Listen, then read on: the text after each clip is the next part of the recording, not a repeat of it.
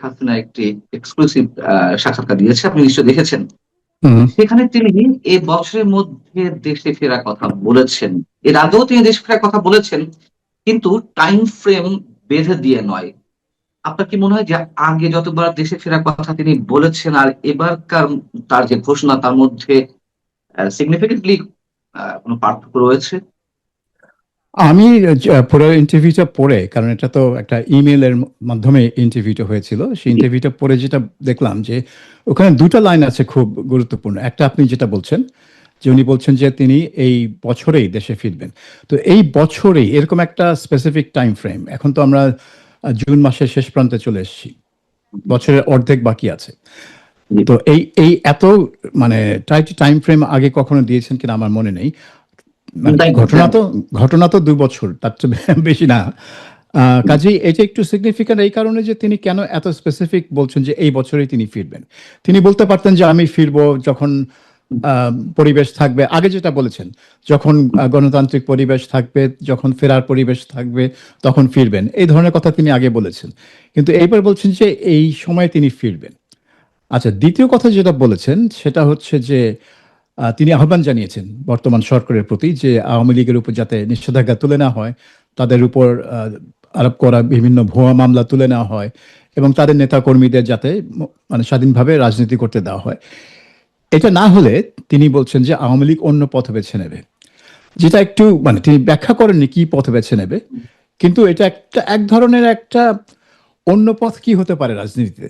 আপনি যদি প্রকাশ্যে গণতান্ত্রিক পথে, নিয়মতান্ত্রিক পথে রাজনীতি না করতে পারেন, তাহলে আপনার মানে রাজনীতি করার অন্য পথটা কি, সেটা না হয় পরের কথা। কিন্তু তিনি যে ফিরবেন, এই কথাটা বলার পেছনে একটা কারণ হতে পারে যে তিনি সিদ্ধান্ত নিয়েছেন যে তিনি বাংলাদেশে গিয়ে কারাবরণ করবেন। কারণ এখানে বাংলাদেশে ফিরে তিনি কারাগারে যাবেন না এইরকম পরিস্থিতি বাংলাদেশে নেই।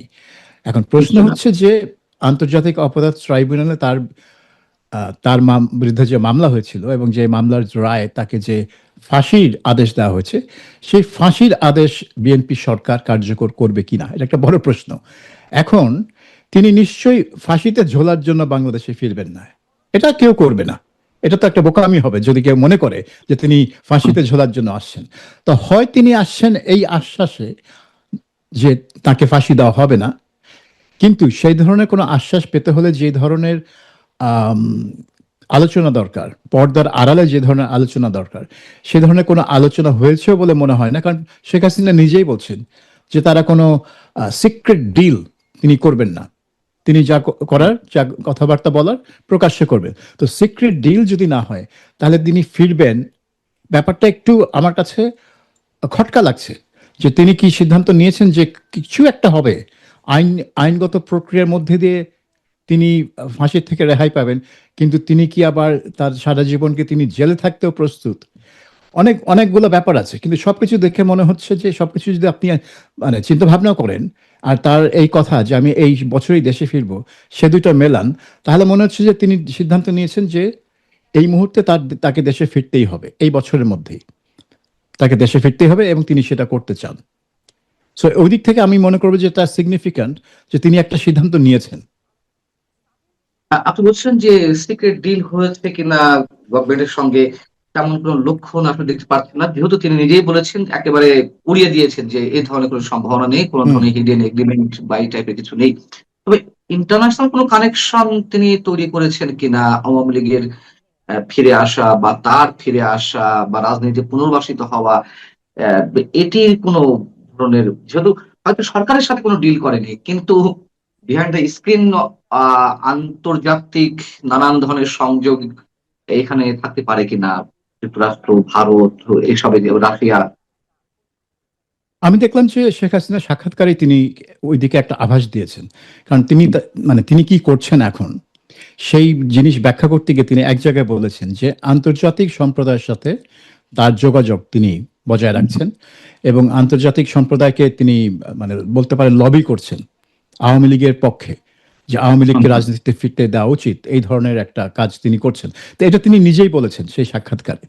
তো আমরা ধরেই নিতে পারি যে বিভিন্ন চ্যানেলে আহ, তিনি আন্তর্জাতিক পরিসরে আওয়ামী লীগের পক্ষে লবি করছেন, এবং সেজন্য লন্ডনে একটা আইন ফার্ম ডাউটি স্ট্রিট, যারা বিভিন্ন মানবাধিকার বা এই ধরনের কাজ তারা করে থাকে, তাদেরকে তিনি নিয়োজিত করেছেন। তারাও জাতিসংঘে এবং বিভিন্ন আন্তর্জাতিক সংস্থায় আওয়ামী লীগের বিরুদ্ধে অন্যায় করা হচ্ছে, অবিচার করা হচ্ছে, এই ব্যাখ্যা দিয়ে চিঠি দিচ্ছেন এবং লবি করছে।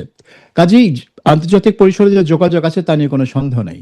এবং এই যে ভারত থেকে একজন রাজনীতিককে হাইকমিশন করে পাঠানো হলো ঢাকায়, হীরালাল ত্রিবেদী, দীনেশ হীরালাল ত্রিবেদী, এবং তাকে খুবই মানে অভূতপূর্ব একটা কাজ, ভারত একজন হাই কমিশনারকে বা অ্যাম্বাসেডারকে মন্ত্রী পদের মর্যাদা দিল, যেটা ভারতে আগে হয় নাই। কাজেই এর বাংলাদেশের যে ভারতে নিযুক্ত হাই কমিশনারের পদটা হঠাৎ করে ভারতের তরফ থেকে খুবই উঁচুতে নিয়ে যাওয়া হয়েছে। এটাকে একটা রাজনৈতিক রূপ দেওয়া হয়েছে এবং তাকে মন্ত্রীর পদ দেওয়া হয়েছে। তার মানে তিনি যখন বাংলাদেশের মন্ত্রীদের সাথে কথা বলবেন, তিনি কিন্তু শুধু হাই কমিশনার হিসেবে কথা বলছেন না, তিনি একটা মন্ত্রী, তিনি একজন মন্ত্রী পদমর্যাদার রাজনীতিক হিসেবে কথা বলছেন। তো এইটার পেছনে একটা কারণ থাকতে পারে যে বাংলাদেশের সাথে সম্পর্ক উন্নয়ন করা ভারত এটার উপর খুব জোর দিচ্ছে এবং সেজন্য তারা মনে করে একটা রাজনৈতিক ব্যক্তিত্ব দরকার। কিন্তু রাজনৈতিক ব্যক্তিত্ব থাকা মানেই হচ্ছে বাংলাদেশের সাথে যে ভারতের রাজনীতি বিষয়ে যেই মতবিরোধ বা বচসা আছে, যার মধ্যে আওয়ামী লীগের ভূমিকা এবং আওয়ামী লীগের অবস্থান ভারতে, বিশেষ করে শেখ হাসিনার অবস্থান ভারতে, সেটা অত্যন্ত গুরুত্বপূর্ণ একটা অংশ। সেই বিষয়ে মিস্টার ত্রিবেদী আলাপ করবেন না, এটা আমি ভাবতেই পারবো না। আর একটা মজার জিনিস হলো যে ভারতে যে আমেরিকান রাষ্ট্রদূত আছেন, যিনি হ্যাঁ, মিস্টার গোর, সার্গেই গোর, এবং যিনি গোটা দক্ষিণ এশিয়ায় আমেরিকান প্রেসিডেন্টের দূত হিসেবেও কাজ করেন, তিনি ত্রিবেদীকে অভিনন্দন জানিয়েছেন এক পোস্টে। এটাও তো অভূতপূর্ব। এটা আমি আগে কখনো দেখিনি। মার্কিন রাষ্ট্রদূত অভিনন্দন জানিয়েছেন, তাও ভারতের, হ্যাঁ, এমনটা দেখা যায়। এটা আমি আগে কখনো দেখিনি যে এক দেশে নিযুক্ত রাষ্ট্রদূত যেই দেশে নিযুক্ত সেই দেশের অন্য দেশে নিযুক্ত রাষ্ট্রদূতকে অভিনন্দন জানাচ্ছে। এখানে অভিনন্দন জানানোর কি হলো? আনলেস তাদের মধ্যে যদি একটা পূর্ব সম্পর্ক না থাকে, যদি তাদের পরিচয় থাকে, তাদের যদি একটা ওয়ার্কিং রিলেশনশিপ থাকে, তাহলেই সে অভিনন্দন জানাবে। কারণ আমার ফ্রেন্ডকে আমি অভিনন্দন জানাচ্ছি, আমার একটা কলিগ বলতে পারেন অভিনন্দন জানাচ্ছি। তো এই আমেরিকান রাষ্ট্রদূত সার্গেই গোরের সাথে দীনেশ ত্রিবেদীর সম্পর্কটা কিরকম, এবং সেখানে যেহেতু দীনেশ ত্রিবেদী বাংলাদেশে নিযুক্ত ভারতীয় হাই কমিশনার, সেহেতু সার্গেই গোর কি বাংলাদেশ নিয়েও দীনেশ ত্রিবেদীর সাথে কাজ করবেন কিনা, সেটাও একটা বড় প্রশ্ন। কাজে এখানে আমেরিকার কোনো ভূমিকা আছে কিনা, বা মানে এটা হয়তো 2 মাস আগে উড়িয়ে দেওয়া যেত, কিন্তু এখন আমি উড়িয়ে দেব না। 2 মাস আগে আমি হয়তো বলতাম যে না, আমেরিকা এই ভারত বাংলাদেশ সম্পর্কে নাক গলাবে না, কিন্তু এই অভিনন্দন দেখে মনে হলো যে এটা একটা নাক গলানোর মতোই একটা ব্যাপার। কিন্তু এটা ভালোভাবে না, মানে খারাপভাবে নাক গলানো না, এটা বন্ধুত্বপূর্ণ একটা নাক হিসেবে আমেরিকান আসছে। এখন এই নাক গলানোটা কতদূর যাবে এবং বাংলাদেশ সরকারের উপর সেটা কি ধরনের প্রভাব বা চাপ ফেলবে, সেটা বলার সময় আসেনি। কিন্তু সব দেখে মনে হচ্ছে যে শেখ হাসিনা সিদ্ধান্ত নিয়েছেন তিনি দেশে ফিরবেন। এখন বাংলাদেশ সরকার তাকে দেশে ঢুকতে দিবে কিনা, আর না ঢুকতে দিলেও প্রশ্ন উঠবে যে বারবার তো বাংলাদেশ সরকার বলে যে আমরা শেখ হাসিনা কি ফেরত চাই, তাকে আসামির কাঠগড়াতে দাঁড়াতে হবে, তাকে বিচার ফেস করতে হবে। তাহলে সে যদি ফেরে, তাহলে তো তাকে বাধা দেওয়া উচিত না, তাকে নিয়ে তার যে মামলাটা আছে। করতে চেয়েছিলাম, আপনি সে বিষয়ে অলরেডি মন্তব্য করে ফেলেছেন। খুবই সিগনিফিকেন্ট কোশ্চেন যে ইউনূস সরকার বা বিএনপি সরকার তারা ভারতের পররাষ্ট্র মন্ত্রণালয়ের কাছে বারবার নোট পাঠাচ্ছে, বারবার রিকোয়েস্ট করছে, এবং দুই পক্ষের মন্ত্রী পর্যায়ে বা শীর্ষ পর্যায়ে যখন যে বৈঠক হচ্ছে সেখানেও শেখ হাসিনাকে ফেরত পাঠানোর জন্য আবেদন জানানো হচ্ছে। এখন শেখ হাসিনা নিজে ফেরত আসতে চান। এর আগেও তিনি বলেছেন ট্রাভেল পাসের আবেদন করা হবে বাংলাদেশের হাই কমিশনের কাছে, দিল্লিস্থ বাংলাদেশ হাই কমিশনের কাছে, সেই কথাও এর আগে বলা হয়েছে। এখন সরকারের জন্য পথ কি, মানে সরকার কি বিষয়টি লুফে নেবে কিনা নাকি অ্যাভয়েড করবে? সরকারের মনোভাবটা খুব মানে পরিষ্কার বোঝা যাচ্ছে না। আমার মনে হয় সরকার একটু দোদুল্যমান অবস্থা আছে এই বিষয়ে। কারণ আপনি দেখেন, এপ্রিল মাসে যখন পররাষ্ট্রমন্ত্রী খলিলুর রহমান দিল্লি গেলেন, তার সাথে পররাষ্ট্র বিষয়ক প্রধানমন্ত্রীর পররাষ্ট্র বিষয়ক উপদেষ্টা হুমায়ুন কবিরও ছিলেন। তো ফেরত আসার পর হুমায়ুন কবির সাংবাদিকদের দুইটা কথা বলেছেন, এবং আমার কাছে দুইটা কথা পরস্পর বিরোধী মনে হয়েছে। এক জায়গায় তিনি বলেছেন শেখ হাসিনা একটা সন্ত্রাসী, তাকে আহ, আমরা দেশে ফিরতে দেখতে চাই না, দেশের মানুষ তাকে ভুলে গেছে, আমরা উই হ্যাভ মুভড অন, আমরা সামনের দিকে এগিয়ে যাচ্ছি, শেখ হাসিনার আর প্রয়োজন নেই আমাদের। এটা একটা কথা। তার মানে আমরা চাই না শেখ হাসিনার মুখ আমরা আর দেখতে চাই না। তারপরে আবার তিনি ওই একই মানে ওই প্রেস কনফারেন্সে তিনি বলেছেন যে আমরা ভারত সরকারকে আবার অনুরোধ করেছি শেখ হাসিনাকে ফিরিয়ে দেওয়ার জন্য, তার বিরুদ্ধে আইসিটিতে মামলা আছে, তার বিরুদ্ধে মানে তিনি মানে বিচার হয়েছে ইত্যাদি, তো তাকে বিচার মানে ফলাফল ফেস করার জন্য তাকে ফেরত দিতে হবে। তো একদিকে তিনি বলছেন আমরা তাকে দেখতেই চাই না, আরেকদিকে বলছেন তাকে ফেরত দিতে হবে। তো কোনটা আপনি কোনটা চান সেটা হলো আসল। আপনি কি আসলেই চান শেখ হাসিনা দেশে ফিরে কাঠগড়ায় দাঁড়াক, নাকি আপনি আসলেই চান যে শেখ হাসিনা গায়েব হয়ে যাক আর দেশে না ফিরুক? তো এই এই কথাটা কিন্তু সরকারের মুখ থেকে স্পষ্ট আসে না। কোনো কোনো সময় তারা বিচারের জন্য মানে বড় বড় হাঁকডাক দেয়, যেটা ভারতের দোষ, ভারত ফেরত দিচ্ছে না। আবার বলে যে না আমরা শেখ হাসিনাকে দেখতে চাই না। তো আমার মনে হয় শেখ হাসিনা যখন নিজে থেকে বলবে, এবং ভারত সরকার যদি বাংলাদেশ সরকারকে জানায় যে হ্যাঁ এখানে ওই এক্সট্রাডিশন ফেক্সট্রাডিশনের দরকার নেই, শেখ হাসিনা স্বেচ্ছায় ফিরবে, আপনারা যা করার করেন, তখন বাংলাদেশ সরকার কি করবে? বাংলাদেশ সরকার তো না করতে পারবে না, কারণ তাদের তো অবস্থানেই যে শেখ হাসিনাকে বিচারের মুখোমুখি হতে হবে। তো এটা তো একটা সুযোগ। শেখ হাসিনা ঢাকার এয়ারপোর্টে নামলে তাকে গ্রেফতার করে কারাগারে নেওয়া হবে, তারপরে তার যেই মামলা তিনি অলরেডি দোষী সাব্যস্ত হয়েছেন সেটার অ্যাপিল করার আবেদন মানে দেরিতে হলেও অ্যাপিল করা যায় কিনা সব ঘাটাঘাটি করবেন তার আইনজীবীরা।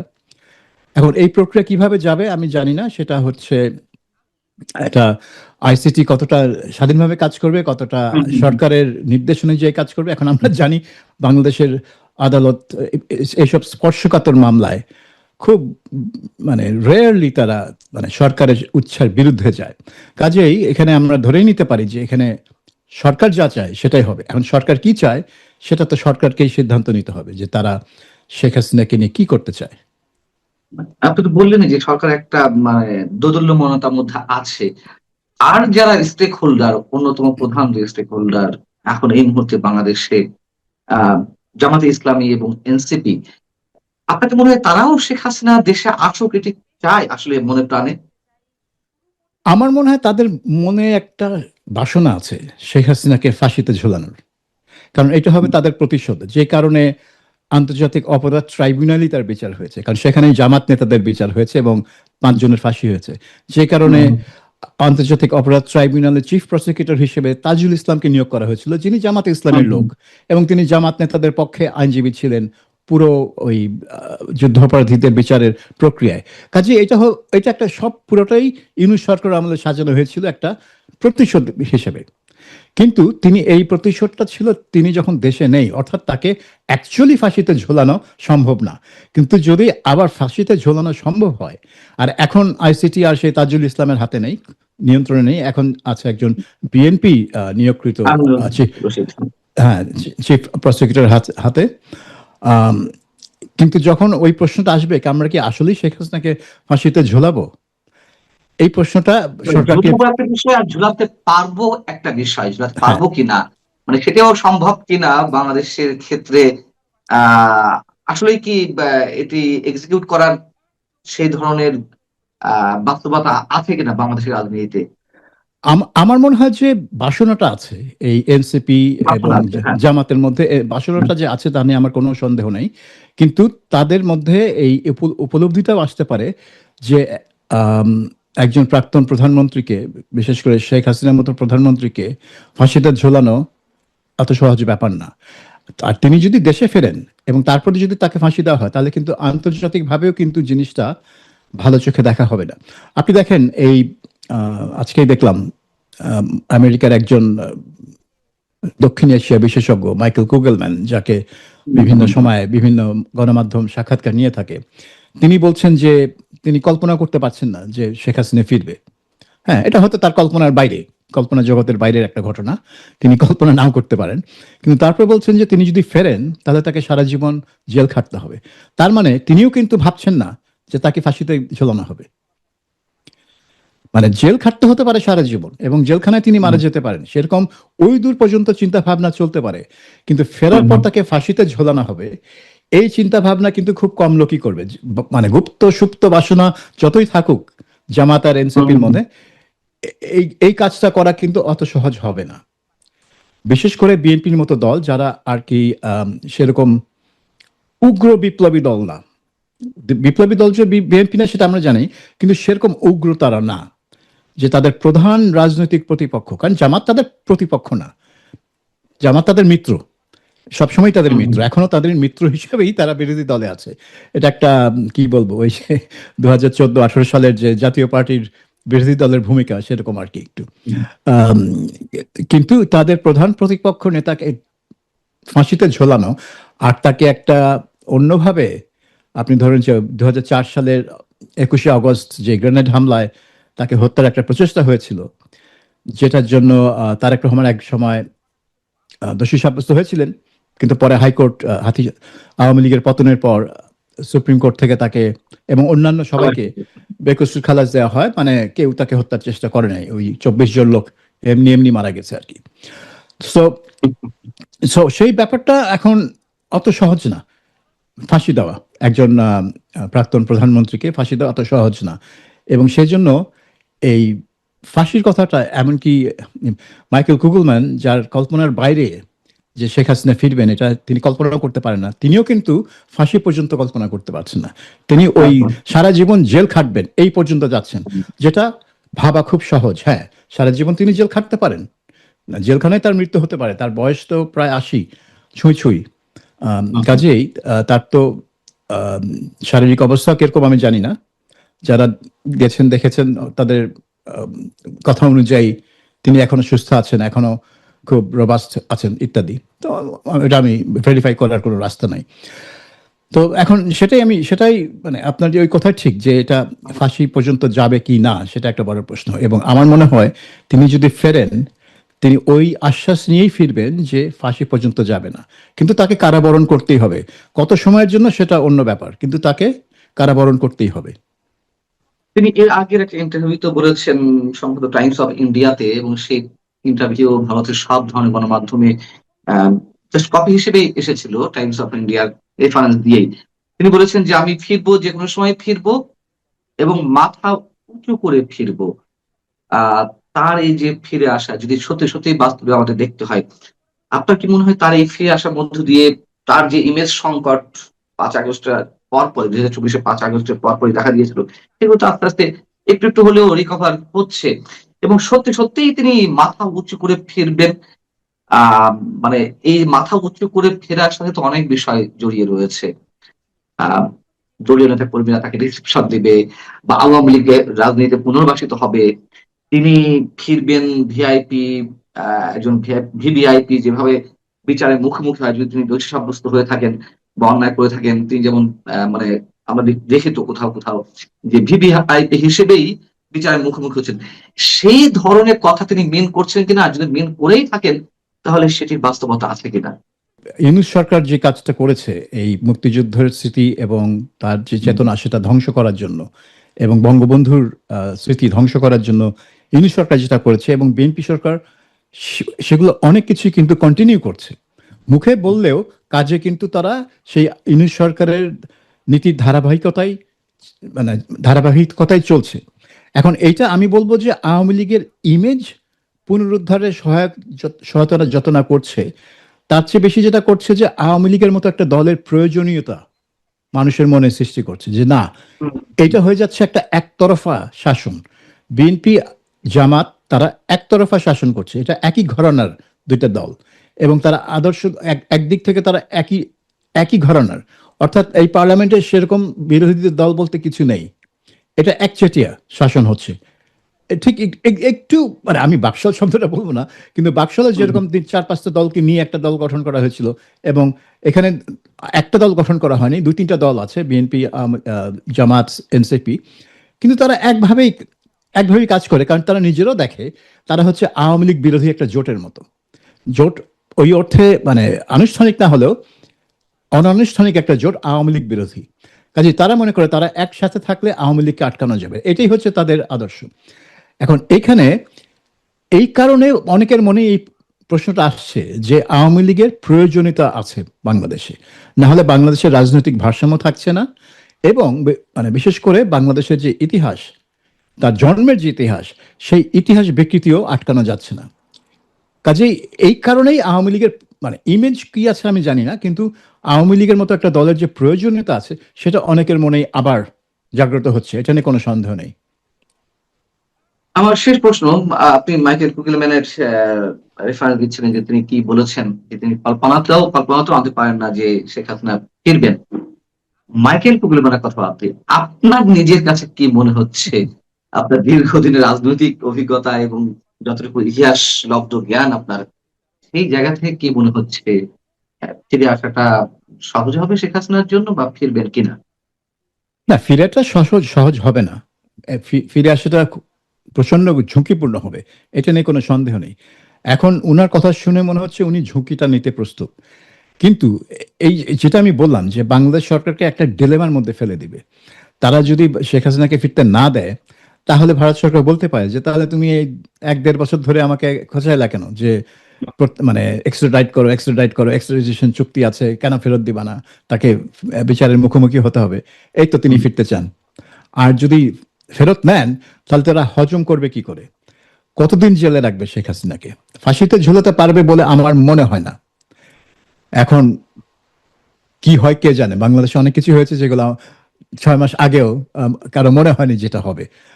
হ্যাঁ, যে 1980-র দশকে যখন 71-এর ঘাতক দালাল নির্মূল কমিটি তাদের আন্দোলন শুরু করলো যুদ্ধাপরাধীদের বিচারের দাবিতে, জামায়াত ইসলামী নেতাদের বিচারের দাবিতে, তখনও কিন্তু কেউ ভাবেনি যে বিচার আদৌ হবে।